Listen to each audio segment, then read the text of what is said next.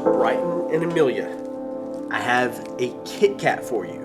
I'm going to open it and I'm going to put it in front of you. And if you can leave it in front of you for 5 minutes without eating it, I will give you a second Kit Kat.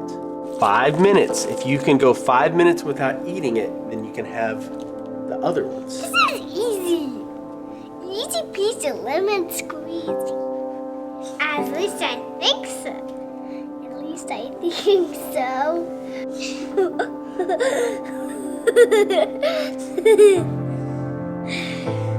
Self-control is the ability to control one's emotions and behaviors in the face of temptations and impulses.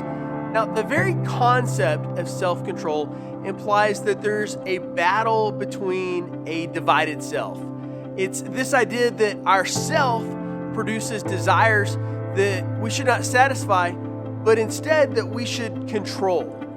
Every day, our self produces desires that should be denied or controlled. Daily, we face different temptations. The temptation to consume media that's not healthy for us, to cheat on our diet, to get into a relationship with someone that we shouldn't be in a relationship with, to take something that doesn't belong to us, to respond to someone in a manner that's not Christ-like, to engage in activities that we shouldn't. I mean, you name it. Every day we face challenges that our body's got to find a way to control. Now, we all know that the flesh, it wants what it wants. The flesh, it gives in to instant gratification without the thought that somebody else or that you might get hurt.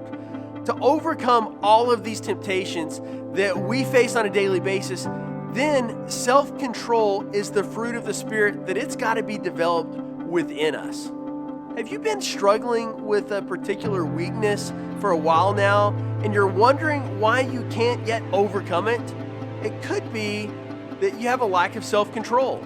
Many of us fail because we lack self-control, and we're trying to win this battle against self on our own. We've yet to realize that without Jesus, we can never truly live a holy life that's pleasing to Him.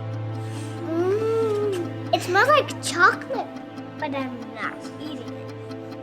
Don't eat it! It smells good, but I'm not eating it. A man by the name of Paul, who wrote many of the letters that we read in the New Testament, describes our fruit of the spirit of self-control as similar to that of a champion athlete. 1 Corinthians 9 says this: "You've all been to the stadium and seen the athletes race. Everyone runs, one wins. Run to win. All good athletes train hard. They do it for a gold medal that tarnishes and fades. You're after one that's gold eternally." I don't know about you, but I'm running hard for the finish line. I'm giving it everything I've got. No sloppy living for me. I'm staying alert and in top condition. I'm not going to get caught napping, telling everyone else all about it, and then missing out myself. I can't is no longer the right response for someone who has the Spirit of God within them. The spirit of self-control empowers us to say no when our human instincts want to say yes. So here's the question: in what areas of your life do you need to practice self-control?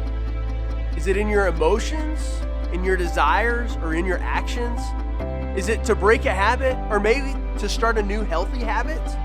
Is it to break a routine, or maybe to start a routine? Is it to start a healthy discipline within your life? I'm not eating it. Just smell it. That's really I'm still waiting.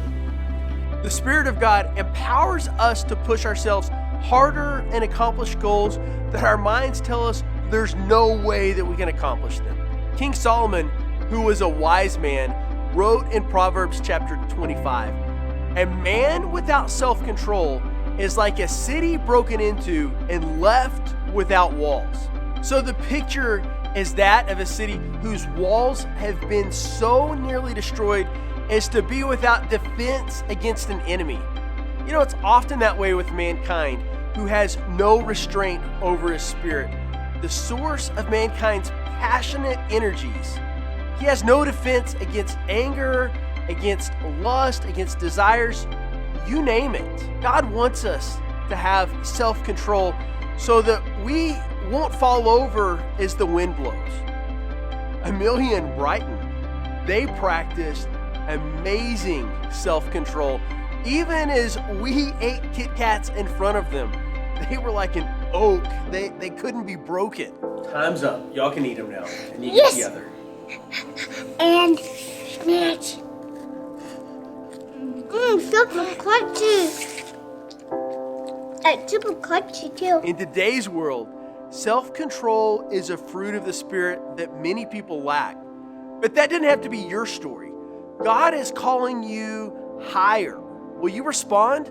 Respond by surrendering and giving God total control so that the fruit of the Spirit can be worked in you. Can we have another? If there's more over there, y'all can each have another. Oh. See if there's any more on that table. Snap. There's one more. Will you share it with your sister? Yeah, we can